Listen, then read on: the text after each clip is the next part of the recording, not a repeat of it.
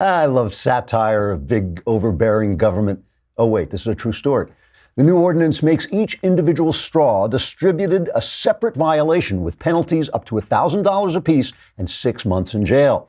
California lawmakers said the ban on straws and other plastic utensils will have no impact on pollution, since Western countries cause very little of the plastic pollution in oceans, but they just wanted to mess with people by showing them how powerful they were and how little they cared about the choices or convenience of individual human beings.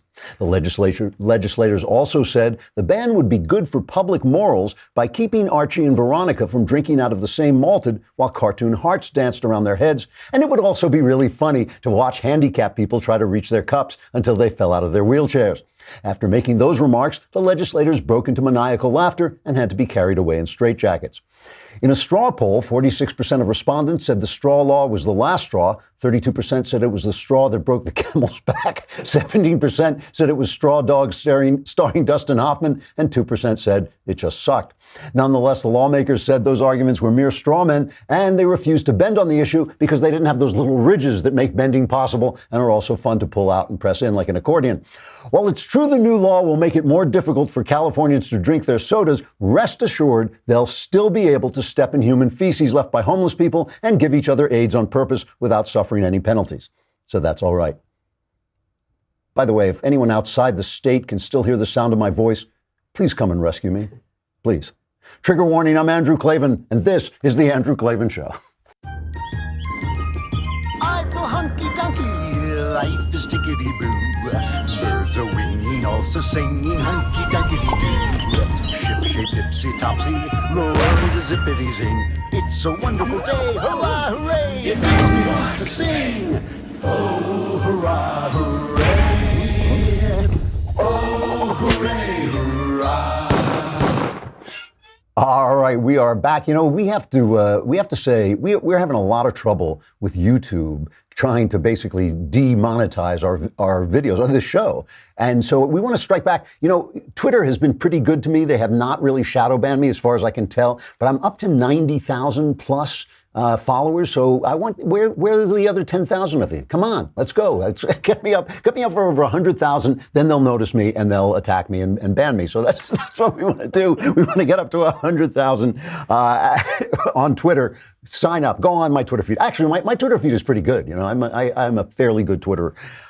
All right. You know, we were talking yesterday, all the stuff I said about negotiations, it is as if the universe is listening to this show. Of course, it is. That's what's happening. That's exactly what's happening. Because yesterday I raised some questions about Donald Trump's trade negotiations, but I also talked about the way those negotiations are being covered. The fact that a negotiation is a motion. You're in motion from one place to another. And what the press and the opposing politicians are always doing is capturing Trump at one moment and saying, oh, where's the deal? Or why are you doing this? Now, I've been in a lot of negotiations in my life. I mean, when you do what I do, you're a freelancer, essentially. You're always negotiating. And I have been in some big, big negotiations, and some negotiations on which the future of my family depended. Truly, I mean, where I was on one side was darkness and poverty, and on the other side was wealth and success. And I've been in those negotiations. And of course, I've been in negotiations, which I'm sure a lot of you have been in, for houses and things like this.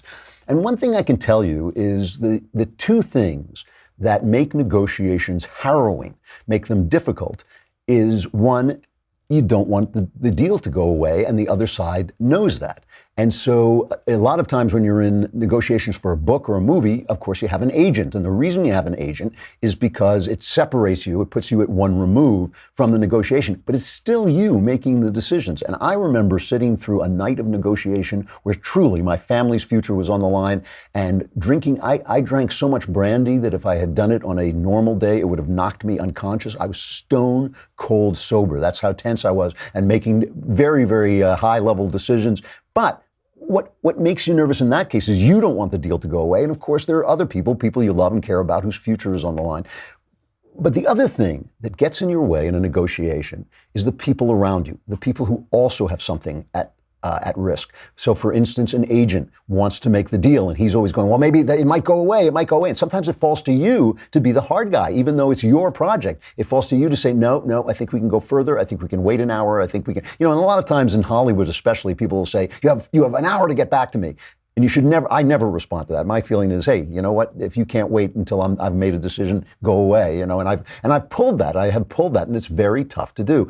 The other people can really get in your way. If you're buying a house, for instance, I'm a very good negotiator for houses because I don't care if a house disappears. I've never loved a house so much that I wasn't ready to let it go if I couldn't get the price I wanted. But, your wife, who is the person who is going to be making a home and turning this house, can get very attached to a house, and you know that she's sitting there, and sometimes volubly sitting there, so speaking to you, saying she really wants that house. And that is something that is also spurring you on possibly to make mistakes. So when we're listening to the news, the press has a job to do. It has to report what's happening today. It can't report what's happening tomorrow, and it usually has no idea what happened yesterday. So it's just like Rush always calls them the drive-by media. They're just driving by and recording this thing. But you, as a consumer of news, have to understand that the press has something at stake. In this case, they usually want to see Donald Trump fail, or they're like the Wall Street Journal, who is afraid of business. They're the kind of business guys. They're the guys on the Monopoly cards. That's who they represent. They represent that guy with the mustache and everything. And they're afraid that business is going to suffer. So they're constantly doing what these other people do to you in a negotiation. They're sitting there.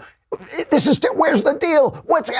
You're not doing this. You're not doing this right. So yesterday, I was pointing out that I was holding fire on Trump's decisions because I know that he's in motion and I'm not sure where he's going. And I raised some questions and I raised some doubts. Yesterday, a lot of those doubts were answered, I have to say. How do you know, when Donald Trump is at a good day? It's when they stop covering him. When he just vanishes. The stuff he's doing just vanishes, and they go off and find some new silly scandal that they're trying to tout. Yesterday, he had a good day. He has put up these tariffs and threatened tariffs against friends and foe alike, against the Chinese and against the European Union. And the European Union came to the table. I mean, this is not victory for Trump, but it is a victory for Trump. And there's no other way to spin this. One of the biggest things you have to do in a negotiation is bring the other people to the table with some kind of similar idea to what you want. That, you do want to make this movie. You do want to go for it. You both want to make it. So at least we're talking about the same thing. Bringing people to the table is a big part of this. And the EU was threatening to go off and make deals with China and make deals with other people. But no, the European Commission, led by Jean-Claude Juncker, showed up at the White House, and they said they were ready to talk. Now, here's the important thing. They were ready to start negotiations about reaching zero tariffs on both sides. And the important thing here is that was Trump's stated goal, and virtually no one covered it. They kept saying, he's saying tariffs are great. He's saying tariffs are great.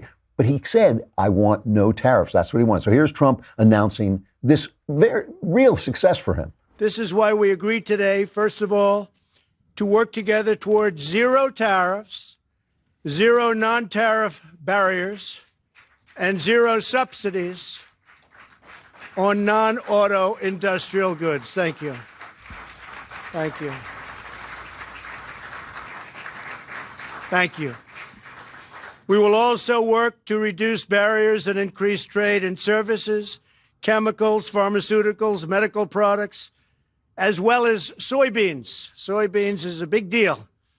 And the European Union is going to start almost immediately to buy a lot of soybeans. They're a tremendous market. Buy a lot of soybeans from our farmers in the Midwest primarily. So I thank you for that, Jean-Claude. This will open markets for farmers and workers, increase investment, and lead to greater prosperity in both the United States and the European Union. It will also make trade fairer and more reciprocal. My favorite word, reciprocal.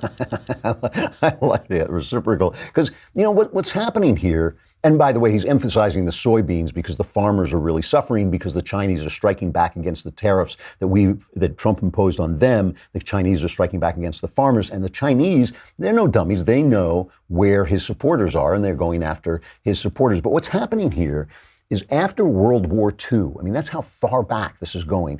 After World War II, the world was in ruins except for us. The European Union, Japan, ashes, gone, right? And so when you talk about the 50s and how prosperous we were, one of the reasons we were so prosperous, you hear Elizabeth Warren, I heard her saying the other day, we used to have these high taxes and that was our most prosperous time. Yeah, because all the competition had been leveled to dust. I mean, when I say that, I mean literally to dust. Their civilizations were gone. And so you're not competing with Germany because Germany is in ashes. You're not competing with Britain because they're putting themselves back together. We went and brought them back. We wanted a world that was a working world. We went back and rebuilt Japan. We rebuilt Germany. And we did it partially with the loan lease things where we, gave them the Marshall Plan, where we helped them out.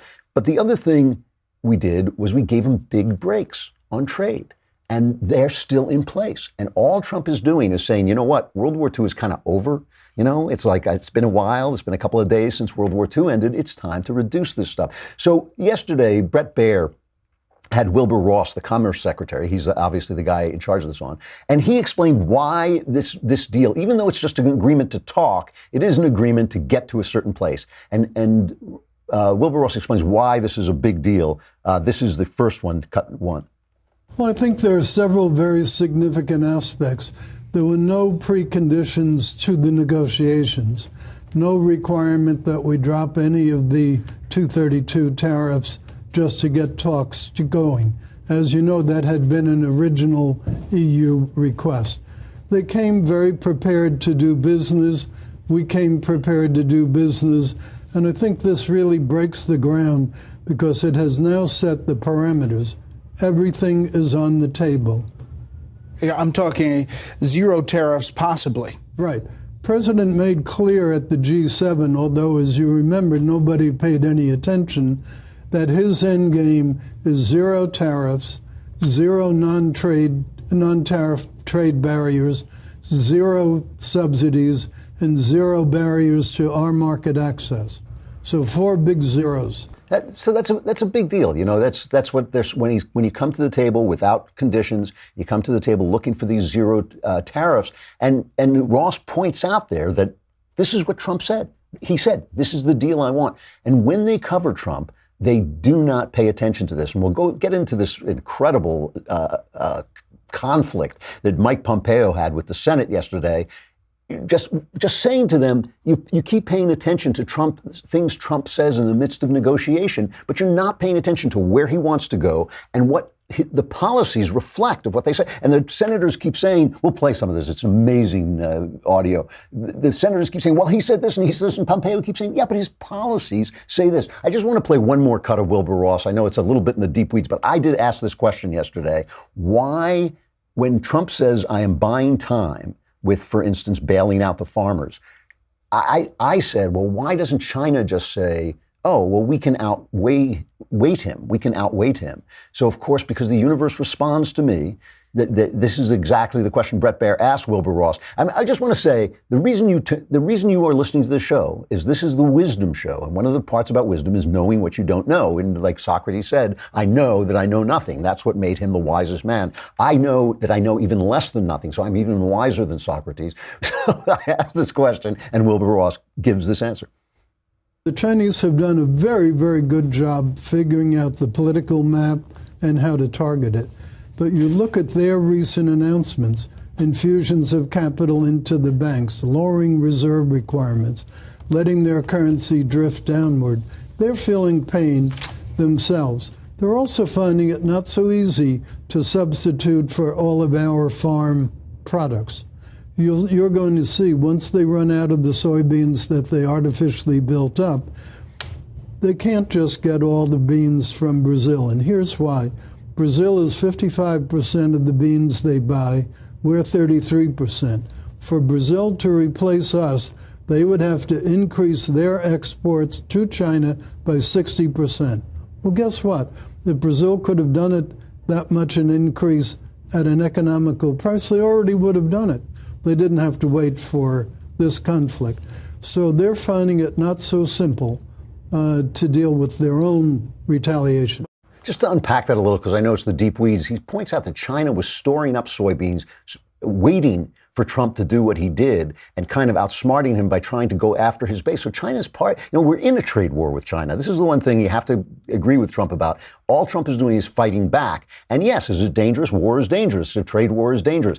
But the panic that you're getting from the Wall Street Journal, the insane panic you're getting from Republicans in Congress, it doesn't help in the negotiation. Trump may be wrong. He may have gotten this wrong. He may lose the negotiation, but it doesn't help him negotiate to have all these people jumping on his shoulder saying, what's happening? Well, it's like, are we there yet? It's like listening to the kids. I have to point out. So my one point about this is a victory for Trump. It's not victory, but it's a victory for Trump. So how do they cover it? The New York Times, a former newspaper, their headline is, with surprise deal, U.S. and EU step back from trade war. Now, who was surprised? What was where does that surprise come from? Donald Trump said this was going to happen. Yesterday, we played a cut of him saying, oh, they're coming to the table. The EU is coming to the table. But who's surprised? The New York Times, not Donald Trump. And the networks, truly dishonest reporting. It's worth playing a minute of this. This is the networks trying to spin this as if Trump lost, as if it was Trump who blinked instead of the EU. And I'm not saying the EU blinked. The EU did the sensible thing. They were under threat. Trump is right about the tariffs. They should be fair. There should be at zero. And here's the Nets reporting this. To the president tonight, under pressure after his own tariffs igniting a trade war, other countries retaliating. It has many American farmers paying the price. You heard from many of them last night right here. Well, tonight, the president with a new promise, reaching out to the European Union. He called them a foe just a week ago, but late today calling a press conference outside the White House to say they will now work together. ABC's Terry Moran at the White House tonight. Reeling under increasing pressure from American farmers, congressional Republicans, and nervous Wall Street investors, President Trump suddenly shed his trade warrior persona today and declared a truce with the European Union. Now to the late development that could mean the U.S. and its European allies are stepping back from the brink of a trade war. The president announcing a compromise today with the EU, but offering few details. Yet the nation's automakers and some suppliers say they're already feeling the pain from the trade war on another front with China. That is amazing. That is amazing dishonest reporting. They can't just say, he threatened them, they came to the table. It's got to be, he threatened them and he caved. He caved. It's just lying. It is lying. It is just, that is those guys who get paid a lot of money to go in there and look into a camera and give you information. They took the money, they put on their suits and ties, they went on there with serious looks, and they lied. That is what they do. To me, that's amazing. I don't understand. I really don't. I don't understand what that life would be like. I do not understand what it would be like to be putting on my tie and looking in the mirror. And of course, I don't wear a tie, but I occasionally look in the mirror. And you're looking in the mirror and thinking, I'm going out there and I'm going to sell this crap to people. If it's the last thing I do not understand what that life is like. I've got to play this Pompeo stuff. It is just so good. Pompeo goes before to talk about the Russia summit and North Korea and all this, and the Democrats hammer him. And Pompeo was, I got to say, another big victory for Trump. Just the fact that Pompeo was standing up for him. Here he is talking to Democrat Chris Murphy about the Helsinki summit. And this is about the Russians. This is the cut about the Russians. Let's just play. Chris Murphy is talking to him about what Trump says, and Pompeo is saying, yeah, but watch what he does.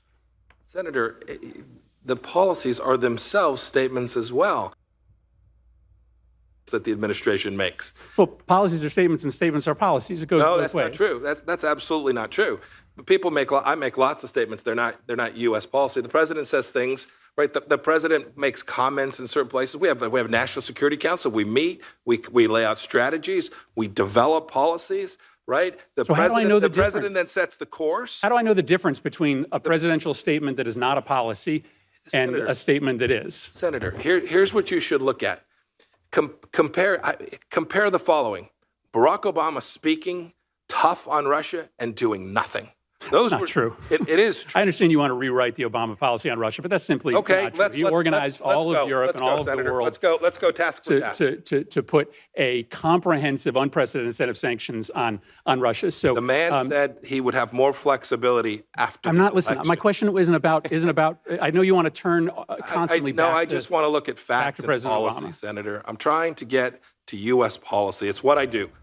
I can't believe that Pompeo says, all right, let's go. I mean, talking scrappy. And Murphy backed down. After that, Murphy started asking much more friendly questions, because when you're willing to bring up the fact that Obama did try and sell out American defenses to the Russians off camera and got caught on an open mic. He just happened to get caught on an open mic. But listen to what Murphy is doing. What Murphy is doing is saying, how can I tell what the difference between what Trump says and the difference between his policies. And what Pompeo is saying is, watch his policies. Trump is a negotiator. He's not just the president who sends other people to negotiate. He negotiates.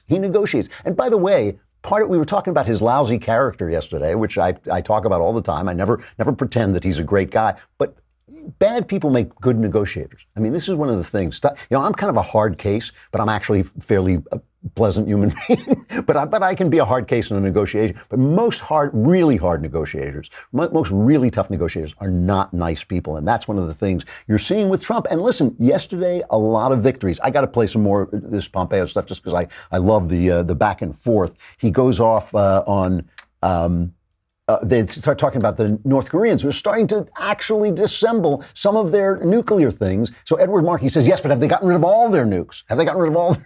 And Pompeo's like, no, not yet. But listen, things are going well. And he just takes this kind of condescending tone with the senator. It's pretty hilarious. Fear not.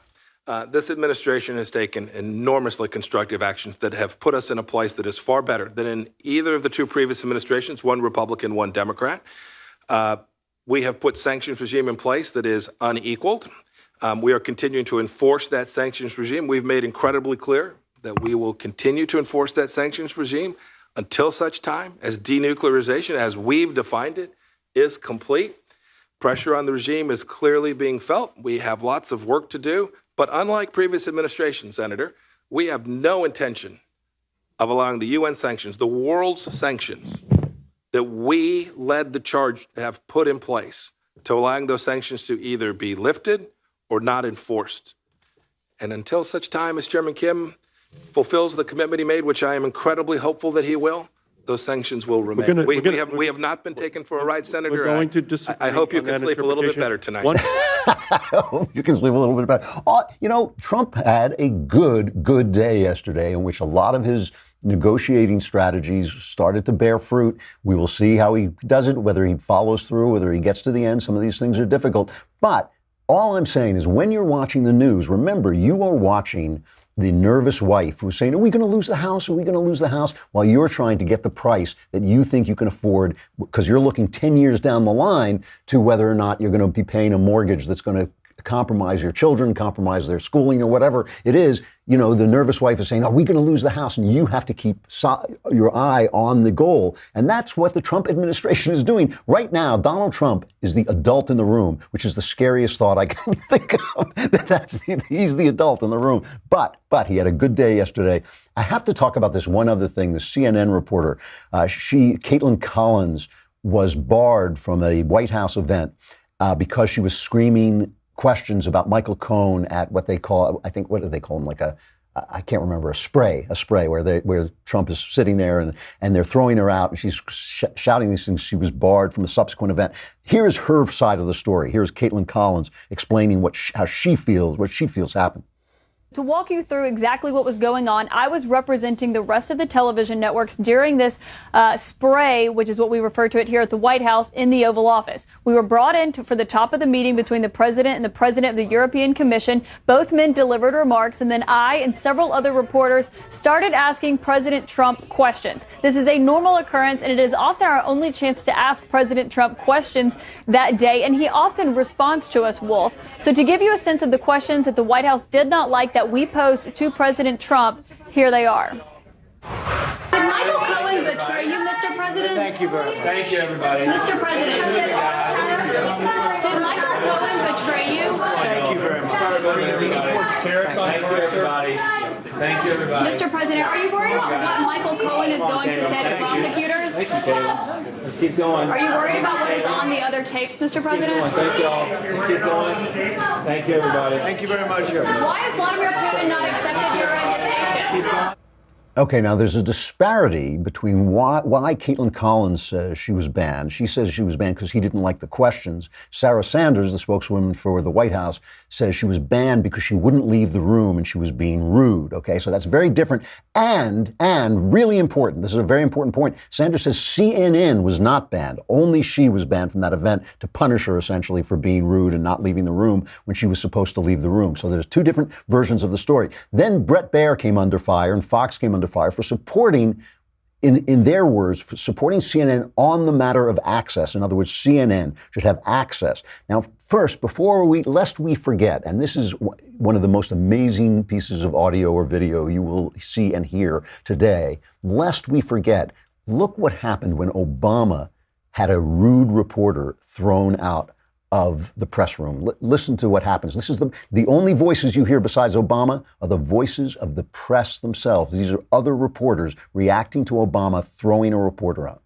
Listen, you're in my house. And you don't start, no, come on. It's not, you know what?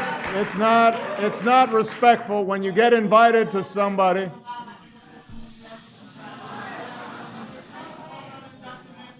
You're not gonna get a good response from me by interrupting me like this. No, shame on you. You shouldn't be doing this. Come on. Can we escort this person out? That is amazing. They're chanting Obama, Obama. This is the press is chanting. You know, that it's kind of like when they chanted Trump, Trump, Trump. Oh wait, yeah, that will happen when the very minute that hell freezes over. So here's the thing. I want to put the other side of this forward too, though. Back in 2010, Obama got so ticked off at Fox News, the way Trump is now ticked off at CNN, that he tried to delegitimize them. He stopped giving them interviews. He stopped sending his administration onto their shows. At one point, the White House attempted to block Fox from a round of interviews with the guy they called the Pay-Czar. And at this point, the Washington bureau chiefs of the 5 TV networks said they would not interview this guy if Fox couldn't interview him. They stood up for Fox. Okay, so it's not that they were always like this. They was not always supporting Obama. When he tried to delegitimize Fox News, the other networks stood up for them. So here's the thing. You got to split the baby on this. Banning an individual reporter for being rude is all right. But even as much as I dislike CNN, they should have access. So you got to say, banning an individual, yes. Banning a legitimate news network, no. And in the basis of the First Amendment and free flow of information, CNN should be able to lie and cheat and sell their fake news and still get into the White House. But if she was rude, there's nothing wrong with banning her herself. All right, we're going to stay on. We'll stay on for an interview with Eli Steele. Eli Steele is the writer, editor, director, and producer of the documentary, get this, How Jack Became Black. It's about trying to enroll his multiracial son in LA's public schools and learning the boy would be denied entrance for refusing to state his primary race. He had to choose which race he was, moms or dads, and moms and dads are both mixed up too.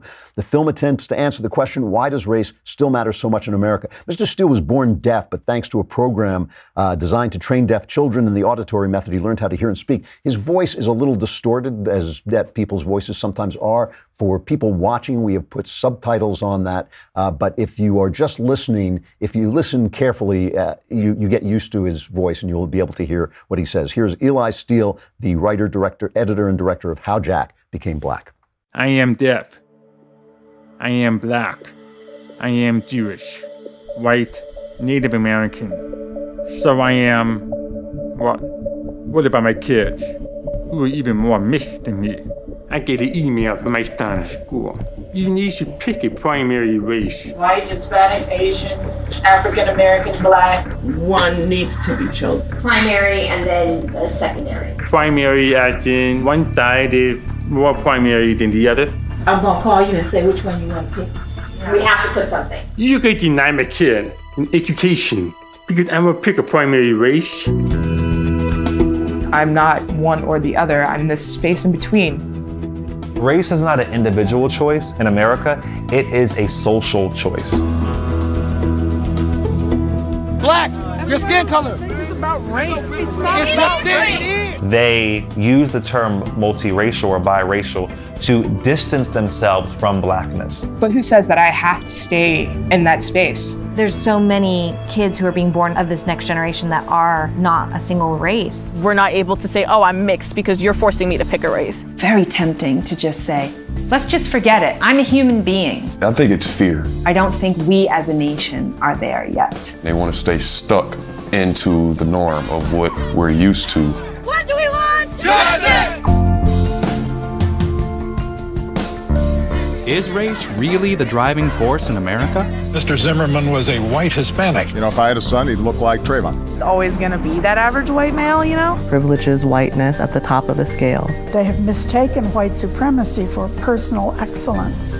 We've been trained to put someone in a category. My race does not fit into a box.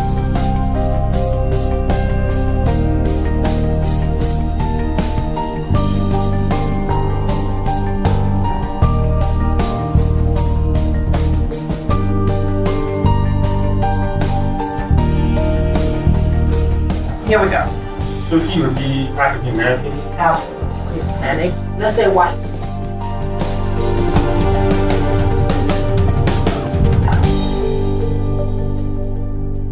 Eli, thanks so much for coming in. I appreciate it. Thank you for having me. Your film is called How Jack Became Black, and it's basically about registering your son at school. But before we get to that, and the racial craziness involved, but before we get to that, talk a little bit about who you are, what your heritage is, and where you come from. I was kind of born into a unique state in America. I was born in the 70s to a black father and a Jewish mother. And at that time, it was thought of something to celebrate. It was progress. It was the coming together of Americans across the color line. And but since then, as identity politics has grown, my choice, I'm the first one ever, if you think about that, from slavery, segregation ever, to say, I am who I am. I am not going to be what the government tells me to be, which would be black. I am black and I am Jewish. That's just who I am. And that posed a huge problem for identity politics as I grew up. You know, you're black and Jewish, so you have won the oppression sweepstakes here. Yeah. and you have a handicap. My mother and my father argue about that all the time. Who's the most Christian mind? That's great, good home arguments. And you have a handicap, so that's your really identity politics. You've got it sewn up. And now your wife, what's her heritage? It's definitely my ex-wife, and she is the first generation born in America from Mexico. Okay, so now you have, how many children did you have? 2, Jack and June. Okay, so Jack has now black, Jewish, Mexican heritage. And it gets even more complicated. My ex-wife's stepfather is Mormon. Okay. So biologically, Jack and June, she's 100% Mexican and they're half, but they've got that whole influence. And there's so many different influences. Plus, America. They are the most all-American. They're all-American, right.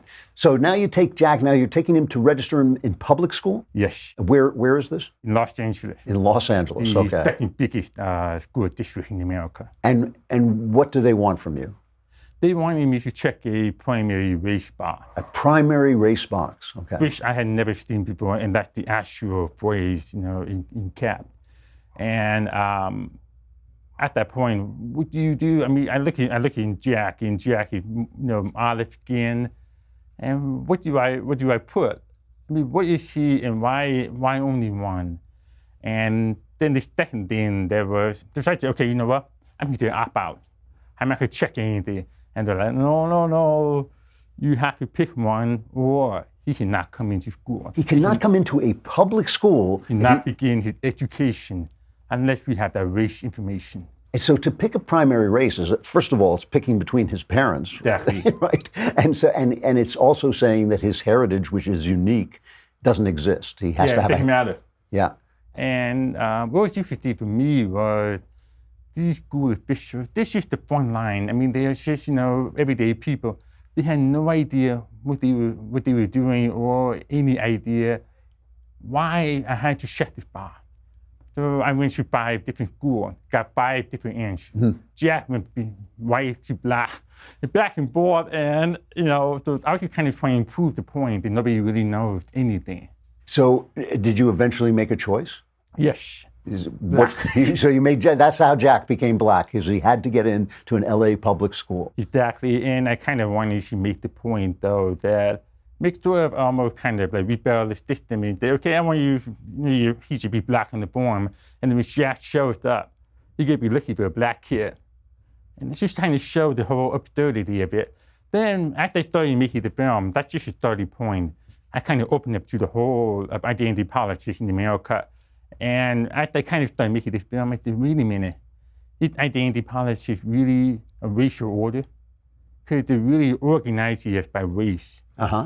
And so that's why I just kind of started going deeper into the issue. And because I know with identity politics, we kind of focused on the Marxist aspect. But that kind of ignores that we live in America and the white supremacy was actually the very first form of identity politics. Right. Because you had the black box, you had the white box. We just reinvented those boxes into the 5 primary race boxes of identity politics. And so that's why somebody under white supremacy, my father, my grandfather would be black and inferior. And that's why we add values to that. And that's why today, you see a whole group of people, like for example, Harvard, with the whole affirmative action scandal, they're marking an entire race of people as not having a personality to devalue them. And this is done in the name of racial justice. Yep.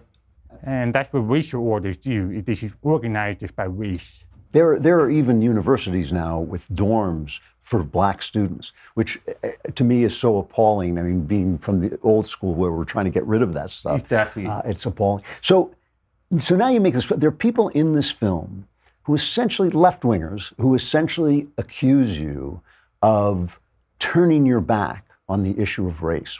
What's the logic of that? They are holding on to the one drop of black blood rule, and they are also defined by black policy. And, I may agree with some of what they say in terms of politics, but why do I have to subscribe to that entire framework of that group thing? That's not the promise of being American. If we have the freedom to be able to make choices for ourselves, to look at everything. But why do I have to give up my individuality to be part of that group? Yeah. Because, why do you think? Why is it so important to them that you make a choice, not just for your son, but essentially for you? Why do you think they want that? Because they believe, they have the belief that will lead to racial justice, that they need the numbers, that they need the elision to whoever society, what the black politics is going to be. They need people to pledge allegiance to that. And when somebody like me, they no, I kind of want, it's not my rejecting what you're saying, but I want to look at the big picture. It's a threat. Yeah. Because it means I'm not going to be 100% your kind of black. And for me, that's what we always talk about, what is black? And for me, black really for me is the stories that come from the responsibility that I have to my heritage. Because I do really feel the responsibility to be the best person I can be because my people suffered so much and I wouldn't be here if they hadn't found a way to make it possible. So I do feel, so it's not that I'm rejected, but it's sometimes when you look in race, when you make black politics your focus, sometimes you get locked into that box of race and you see the humanity beyond it. And sometimes you get trapped in that power where you, like for example, you say 75% of black males in California students are now on the really level, on the grade really level. We say, oh, okay, that's black. They're black, that's why. We don't move beyond that problem, beyond that label, to the deeper problem. If I say 75% of the male students are not on the grade and really level, the next step is, well, what's the problem? Who we need fire? How do we change it? So a lot of people see black and they stop there. And so that's sort of what the trap is. That is absolutely true. I think they're so afraid that people are going to put forward some kind of genetic explanation, that they're afraid to look at all the other explanations like family dysfunction and all kind, including affirmative action, I think, which is, it can be a dysfunction. Absolutely. They argue that Black Lives Matter could be much more effective. If you want an organization, if you want to fix police brutality, you have to look at the bigger problem. It's not just black people. I mean, I know the whole history behind the blacks in policing. But we also have to be aware that we live in 2018. Right. And we have a white guy that was shot in Arizona after 4 minutes of contrary direction given to him. How can you ignore that just because he's white? Yep. Yep. And, you know, it kind of brings up a real early story that made me embrace all of who I was. It was a family friend. He was like at the Black Panthers in Oakland. He was riding on the freeway ramp with 3 other black guys. They see a motorcyclist crash on the ground. They stop. They walk over. They flip the visor. He's white. They flip it back on. Wow. They get back in the car and they drive around him onto the freeway. So that's always been like, okay, that's wrong. We're Americans. We have to look in the whole situation. Yeah. So now you've put out this movie, How Jack Became Black. What kind of reactions are you getting from the right and the left? It's very surprising. I'm getting a really positive reaction from both, from I would say, what I call the Bernie Sanders left and the Trump right. So the far left and the Trump right, the socialist left, likes this movie. Yes, because they know the identity politics gets in their way. They know that when you put people in race boxes, you can't go any further. There's nothing. It's a box. That's why it's not a It's not a pathway to. I have to admit, I'm startled to hear you say this. When you say that people on the Bernie Sanders left, do you mean the politicians or do you just mean the ordinary people? I would say the people. Okay. Because, for example, when I went to a recent film festival in Washington, D.C., and it was a very progressive film festival, and so I was kind of worried what the reaction would be, and but the reaction from the audience was very, very positive. There was 2 ladies next to me who would probably have more of a stake in identity politics. Uh-huh. So we would have a disagreement with them. So I would say that if you have some sort of investment in identity politics or derive some sort of power from it, you're not going to like this movie.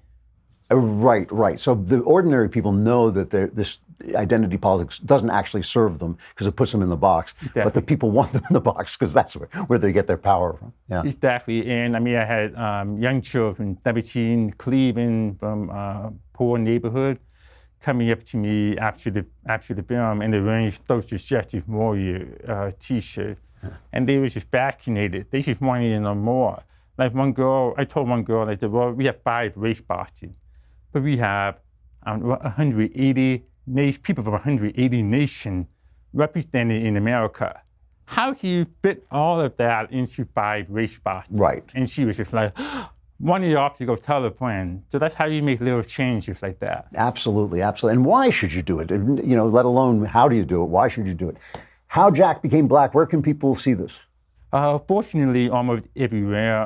iTunes, Amazon Prime, and nearly every cable network on demand. Cool. Okay. Yeah. So it's either be on the new releases or you just search for it. Okay. Eli Steele, thank you very much for coming in. I appreciate it. Thank you so much for having me. All right. Stuff I like. Ba-doom, doom, stuff, ba-doom, Andrew Clavin likes, ba-doom, stuff, doom, Andrew Clavin likes, ba-doom, ba-doom, stuff, ba-doom, Andrew Clavin likes, stuff, Andrew Clavin likes. That's a good one. That was good. This is Brian Drexler. We should just do this forever, right? At some point, I feel we should choose one, but maybe not. It's like, so, you know, I do like to return to the classics from time to time. You know, the last couple of Stuff I Like has been TV shows that have been on, really good ones, but still. And the opening, the first day of this week, I think it was Monday, I was talking about socialism and how it kills civilizations. And I said that it kills it in 2 ways, especially that it turns people into slaves, which is the first thing, but it also removes God. Socialism is perforce a materialist philosophy. You can't have God and a sense of your own worth and your individuality and then say, oh yes, but the state owns everything you make and the state has the power to disperse your wealth. And to say it's democratic socialism means nothing. That just means the majority is tyrannizing over the minority. To say that what a person does with his time, which is his life, right, what he does with his life belongs to him. His property belongs to him because his property is an outgrowth of his life and his time. His money belongs to him. And when I said that it removes God and that destroys civilizations, I saw people online just like raging against me. Some of them said stupid stuff like, well, what about the Romans? The Romans had gods. They had different gods, but they were still gods. And I didn't say which God you had to have, although I think it does, of course, make a difference. But the thing about why does losing God, why does civilizations die the way Europe has died without God? And the reason is that that meaning goes out of life. I mean, one of the reasons I tease Jordan Peterson whenever I see him, I'm going to stop doing this, but I try and get him to say, do you believe or not? Because he's a Jungian, and ultimately with Jung, you're basically saying God is a metaphor. You're saying God is a metaphor for very deep evolutionary consciousness in humankind. But with God, you believe your actions have meaning. You believe an action can be evil or it can be good. It's not just evil or good to you. It is not just evil or good to human beings. It is not just evil and good because of game theory. It is actually evil or good. And the guy who really drew a beautiful picture of what happens to people as they act in the moral universe is William Shakespeare. There's a lot of people who say William Shakespeare is a secular writer. The great Shakespeare scholar of our day is Stephen Greenblatt, who's a wonderful writer, but he insists that Shakespeare is among the most secular of playwrights, and I just believe that's untrue. Shakespeare was writing at a time where if you said the wrong thing religiously, you got burned at the stake. Not a time when you want to be very careful. I believe Shakespeare was a Catholic, actually, and so does Greenblatt, by the way. I think Greenblatt also says he was a Catholic.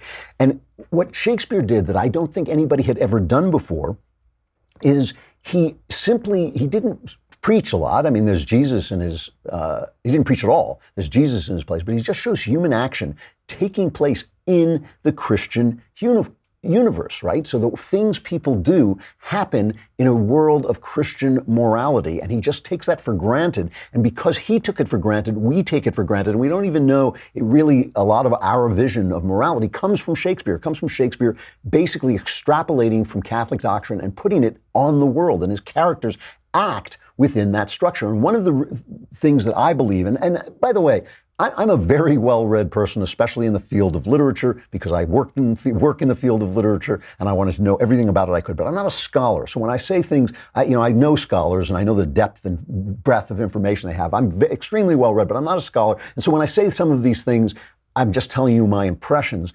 But I cannot think of a villain who exists before Shakespeare, who does the things that Shakespeare's villains do, and then suffers because of them the way Shakespeare's villains do. So for instance, let's take two of his villains, Richard III. Richard III in Shakespeare, we don't know about it in history, but it seems in history to some extent too, kills his way to the throne. And we first see Richard, he first comes on stage in his play after it's the War of the Roses, and one of the long periods of war has ended, and that's where he comes out and says, now is the winter of our discontent, right? He's talking about winter of our discontent, made glorious summer by the son of York. So his side has won for a while in the War of Roses.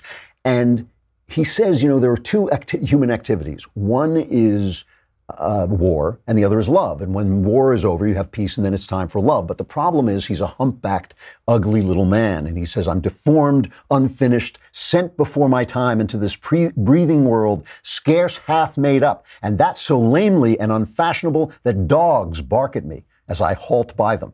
Why I, in this weak piping time of peace, have no delight to pass away the time, unless to spy my shadow in the sun and descant on mine own deformity. And therefore, since I cannot prove a lover to entertain these fair, well-spoken days, I am determined to prove a villain. Now, no, I can't think of anybody saying that. Not that I'm going to do this and this and such and so, and it's bad, but I'm going to become a villain because I'm not cut out to be a lover. I'm too ugly to be a lover, so I'm going to become a villain. And so he knows the moral universe is there, and he makes an open decision of his own free will and with good motives that he thinks are good motives to violate that moral universe. And in doing this, of course, he becomes king. He kills his way to the throne, seduces, kills, murders his way to the throne.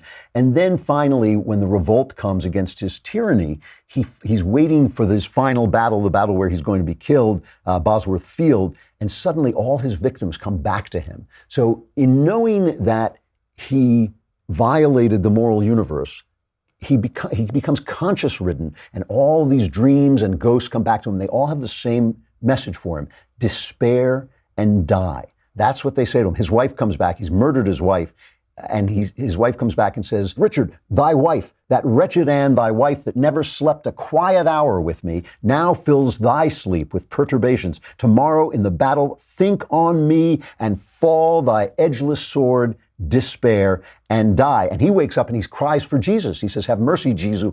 Soft, I did but dream, O coward conscience, how dost thou afflict me? So knowing that the universe is there and violating it, he becomes conscience-ridden, and his conscience ultimately undoes him, and he dies a terrible death on the field of Bosworth. So that's one way in which Shakespeare is depicting us living within not a free world, not a free space where we can act any way we want, but a world in which our morality comes back and pays us back, even if it's only in the mind. He gets haunted by ghosts, and there's some question about whether Shakespeare actually believes in these ghosts. We think of them as psychological entities, but he may not have.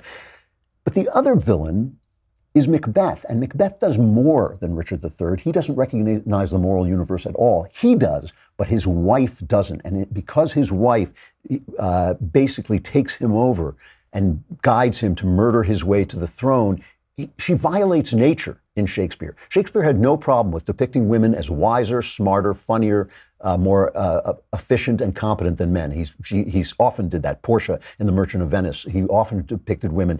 But he recognized that women had different natures than men and were set up to do different things. But Lady Macbeth rejects that. She calls on spirits, meaning demons really, she says, come you spirits that tend on mortal thoughts, unsex me here and fill me from the crown to the toe top full of direst cruelty. So in other words, women are not as cruel as men, but she asked to be filled with direless cruelty. And she says, take my milk for gall. And later when she's talking to Macbeth, she says to him, you've heard the phrase, the milk of human kindness. That's still something we say, right? This comes from this play. And she says to Macbeth, I fear thy nature. It is too full of the milk of human kindness. In other words, you're too womanly. You have too much of the nature of a woman. Let me be the man here and I will take this over. So when they come to Macbeth and they tell him that his wife has died just before his final battle, it's not just conscience that comes to him. The entire meaning of life vanishes. The entire world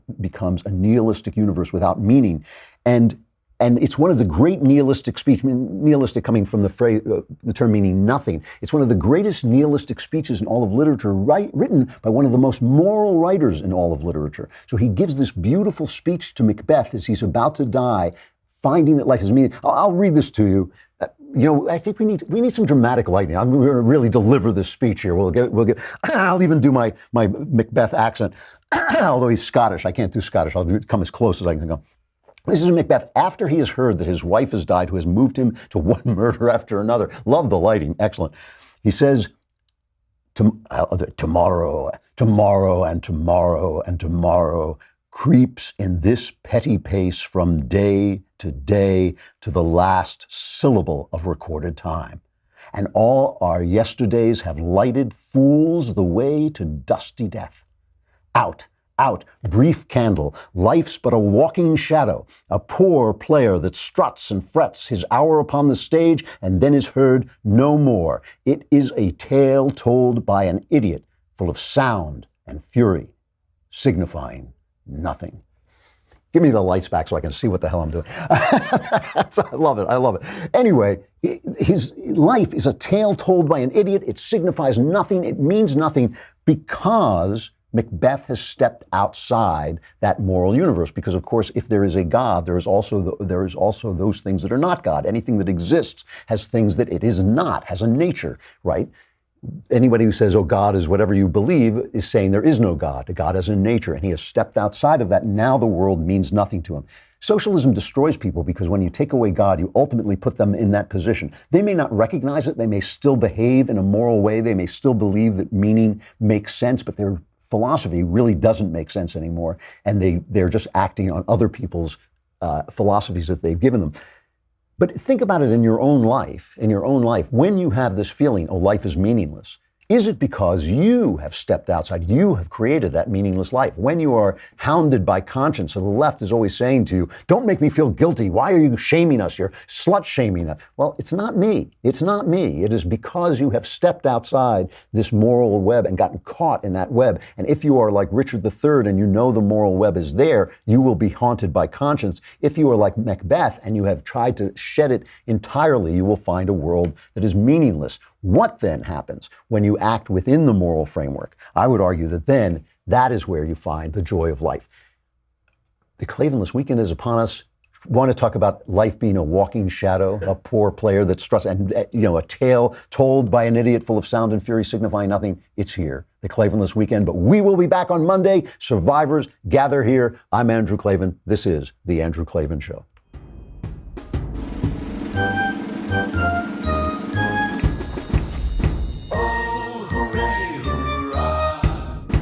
The Andrew Klavan Show is produced by Robert Sterling. Executive producer, Jeremy Boring. Senior producer, Jonathan Hay. Our supervising producer is Mathis Glover. And our technical producer is Austin Stevens. Edited by Emily Jai. Audio is mixed by Mike Cormina. Hair and makeup is by Jesua Alvera. The Andrew Klavan